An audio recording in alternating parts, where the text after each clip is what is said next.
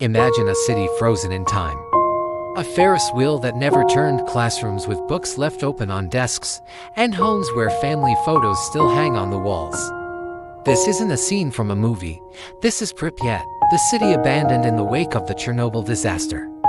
Today, we're taking a journey into the heart of the exclusion zone to explore this hauntingly beautiful and tragic place. Pripyat was once a model Soviet city, built in 1970 to house the workers of the nearby Chernobyl nuclear power plant.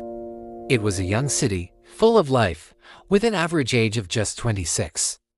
It had everything: modern apartment blocks, schools, hospitals, swimming pools, and a grand amusement park set to open just days after the disaster. Residents enjoyed a quality of life far above the Soviet average.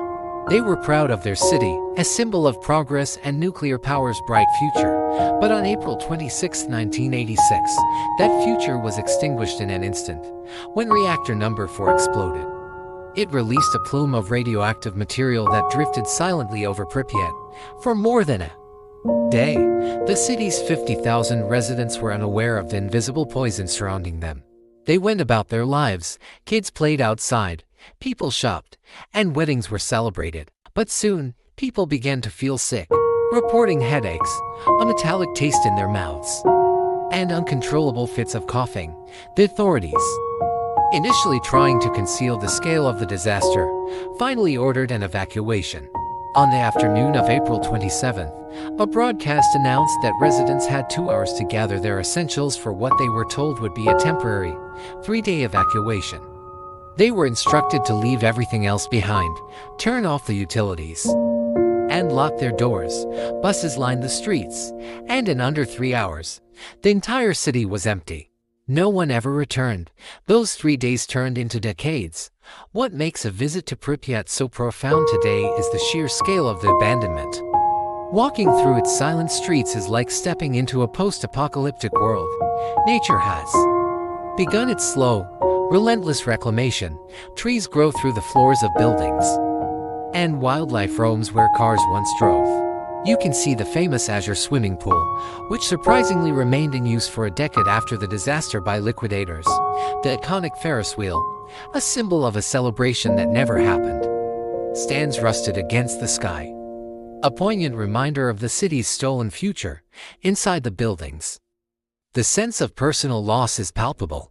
In a school, gas masks litter the floor of a classroom, a chilling sight from a civil defense drill. In an apartment, a child's doll lies on a decaying bed, a single shoe beside it. These aren't just ruins, they are the remnants of thousands of individual lives, a community torn apart in a matter of hours. Each object tells a story of a life interrupted, of a future that never was. Despite the desolation, Pripyat is not a dead city. It is a powerful testament to the consequences of human error and a stark warning for the future, but it's also a symbol of resilience.